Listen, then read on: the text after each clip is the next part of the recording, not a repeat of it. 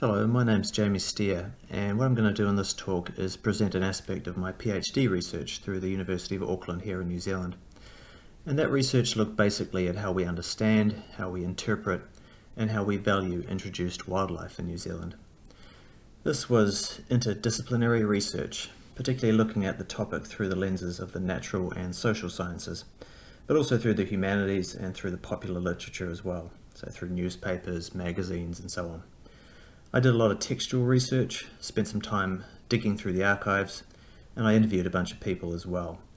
So I'm just going to speak very briefly to one of the case studies I investigated in my thesis. And that case looked at the issue of hybridization between introduced mallard ducks and New Zealand's native grey ducks. These hybrids, here's a family of them showing up on screen, are known colloquially as grallards. Gra as in grey duck, and allard as in mallard. Ultimately, what I wanted to explore was whether these new animals, these grallards, should be seen as a loss or a gain for biodiversity in New Zealand. So here are your familiar mallard ducks. They're a cosmopolitan species, widespread and common to many countries, including many countries in North America and Europe. They were first introduced to New Zealand in the 1860s and the 1870s, but it wasn't until the 1930s that the species began to really establish in the country in any numbers. By the 1960s, mallards had become the most common species of waterfowl in the country. And here's your native grey duck. It's a conspecific of the mallards, so closely related. But while mallards have thrived in recent years, grey ducks haven't fared so well. In fact, the numbers of grey ducks have plummeted, mainly due to a combination of habitat loss and overharvesting. Most damaging has been the draining of about 90% of New Zealand's wetlands, largely for agriculture. This was the species' primary habitat, but shooting them in huge numbers hasn't exactly helped much either. Today, native grey ducks are classified as nationally critical, the highest threat classification in the country. It's interesting then that we don't talk much about the conservation of grey ducks in New Zealand, and even when we do, we don't talk about things like shooting or habitat loss. What we mainly talk about instead is the threat of hybridization with introduced mallards. It's this hybridization issue that's long been seen as the primary threat to grey ducks in New Zealand. And it's an issue that goes back some way, well over a century in fact, and it was pioneered by a local ornithologist in the early 1900s, a guy named Edgar Steed. This is Steed here. Steed had a lot of issues with these interspecies pairings, and he was particularly concerned with the offspring of mallards and greys. He argued that hybrids of these two species were, in his words, both pugnacious and polygamous. For Steed, mallards, and particularly mallard grey duck hybrids, were sort of like sexual predators and bullies, and he saw the poor, pure, and innocent grey duck as very much as the victims of this depravity. Steed felt that hybridization sullied the grey duck's ancestral purity. He reasoned that the noble grey duck would eventually be replaced with a race of wayward mongrels, and so he set about killing hybrids wherever he could find them. This opposition to hybrids was supported by many duck hunters at the time, who offered a more pragmatic objection, this being that hybrids were, in the words of one commentator, not so good for table purposes from the point of view of quality, which was of course a very elaborate way of saying that they didn't taste as good. And further objections to hybrids percolated to the surface in the 1920s. These included suggestions that hybrids were poor sport, being difficult to attract with decoys, and that they exhibited other morally inappropriate behaviours. These hybrid fears coincided with wider environmental issues at the time, especially concerning the extinction of species. Human-induced extinction was increasingly considered intolerable and unacceptable, and any hybridization that might bring about such an outcome was also considered morally wrong. Of course, hybrids could be seen as desirable in domestic animals, where they could contribute to the formation of new breeds, but wild hybrids were viewed as corruptions of God's divine plan, and those that occurred due to human activities were seen as especially odious. As a consequence of these concerns, by the 1950s, the majority of mallard introductions had ceased in New Zealand, and attempts were made to eliminate hybrids and to keep mallards and grey ducks apart. Not only was hybridization considered wrong, but it was also seen as maladaptive. A visiting American academic at the time summed up the mood when he suggested that grey ducks were better adapted for the New Zealand environment than mallards, and that hybrids would be similarly less well adapted. As is still common today, the attitude was that natives were the best suited for the local habitat. This view was accepted by the Department of Internal Affairs, who were charged with managing ducks at the time, and who figured that hybrid numbers should be kept in check. A 1973 study on the breeding performance of mallards, grey ducks and hybrids seemed to validate this view. It suggested that hybrids would suffer reduced fertility and viability relative to their parents. But the real problem, say most commentators on grey duck hybridization in New Zealand, both then and now, and whether scientists or otherwise, is that you've lost your pure form. Conservation biologists call this a loss in evolutionary potential, fewer starting points for evolution in future. They say our role is to keep around as many of those pieces of the biodiversity puzzle as possible, because when we lose a gene, a variety, a species, or an ecosystem, we lose an option, we lose a possibility for the future. And taken together, this amounts to a bit of a problem for grallards, because, frankly, New Zealanders don't seem to like them so much. We see them as corruptions of nature, as maladaptive, and perhaps worst of all, we see them contributing to a loss of biodiversity.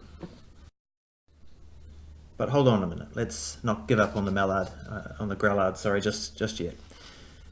Because what I want to now illustrate is that there's another side to this story as well, and one that's long been in evidence. In fact, for many, hybridization between mallards and greys has never been quite the corruption and maladaptation that others have suggested. And it was this fellow, New Zealand's renowned colonial ornithologist Walter Buller, that was perhaps the first to suggest otherwise. For Buller, it was actually quite natural and acceptable for the mallard to interbreed with and to displace the grey duck. He saw this as a corollary of the natural superiority of European species. And he saw the hybrid progeny as a beneficial recombination that would improve the fitness of local ducks. Isolated and inbred, he felt that a bit of hybrid vigour was just what the grey duck needed. And one person who was particularly supportive of Buller's interpretation was this fellow, Cecil Whitney, an influential local businessman. Here's a photo of Whitney in 1908, demonstrating his mastery of the latest technology at the time. Whitney felt that hybridization between mallards and greys would constitute, in his words, the greatest praise that could possibly be given to the mallard. Like Walter Buller, he saw hybridization as a genetic boon to the local duck population. And some hunters sided with this version of events too, considering hybrid ducks to be just as good eating and sport as grey ducks. While some hunters suggested that hybrids were harder to attract to decoys than greys, others suggested that this was a positive, as it made the hunt more sporting. Overall, these views actually haven't changed an awful lot since, and most duck hunters today still see hybridization as no real threat to their sport. And the idea that grey ducks were in any way a victim of hybridization also came into question, because not only were mallard drakes selecting grey duck hens, it became clear that grey duck drakes were selecting mallard hens too. This seemed to undermine the moral authority of those who had till then proposed that they were merely defending the greys. And people also began to wonder whether all the killing of hybrid ducks was quite as sensible as it seemed. This was satirised in a 1939 article in the Christchurch Star-Sun newspaper that I dug up from the National Archives. This is the file in the archives itself. The article entitled, blood purge in city area this morning. And here's how it begins. In his efforts to preserve racial purity, Herr Hitler deports those whom he regards as of undesirable stock, or sends them to a concentration camp.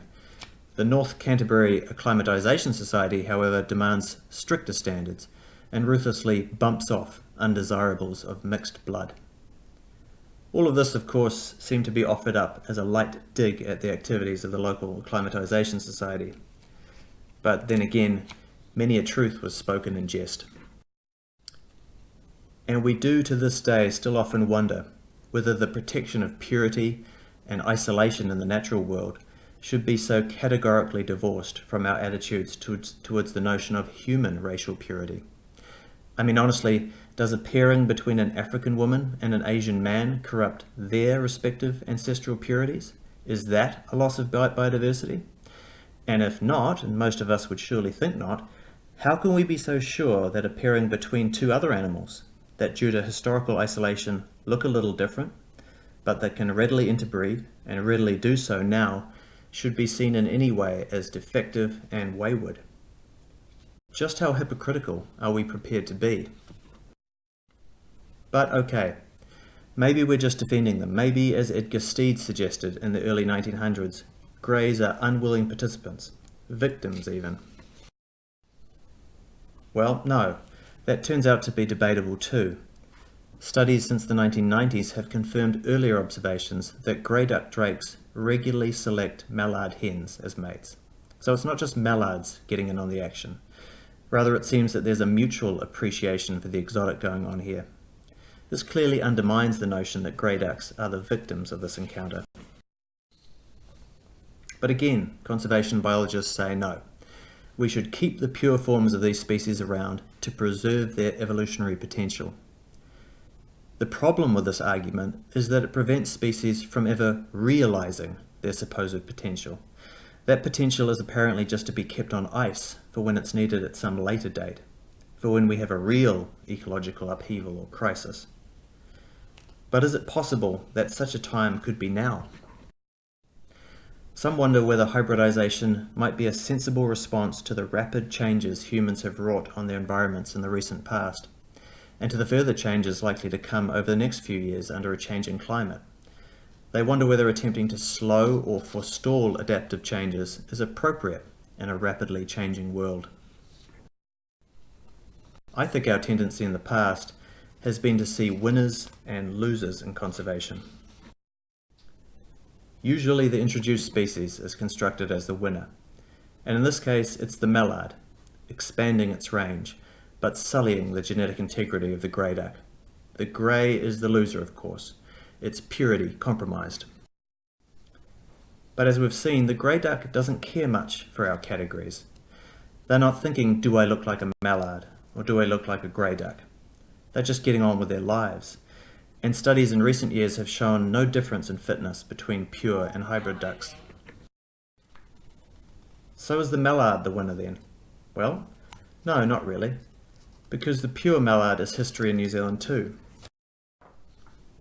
Many of my interviewees were quick to point out that the New Zealand mallard is now distinctly different in appearance from its ancestral stock, so they're diverging as well. Both forms of purity have been lost. Both parent species are transformed by the encounter. The real winner, if we must choose one, is the grallard, a fusion of both species, and increasingly the most common duck species in New Zealand. This is a species that's completely unique to New Zealand. You won't find this animal anywhere else in the world, and for all we know, it's the best adapted for what's in front of it. There's no reason why we can't see that as a gain in biodiversity now. I'll leave you with this quote from a paper way back in 2000. The authors Tony Kendall and Juliet Rose wrote that as human influence, both good and bad, becomes more pervasive, we can either prepare to lose naturalness in the coming decades, or we have to rethink some of our defining concepts. Thanks very much.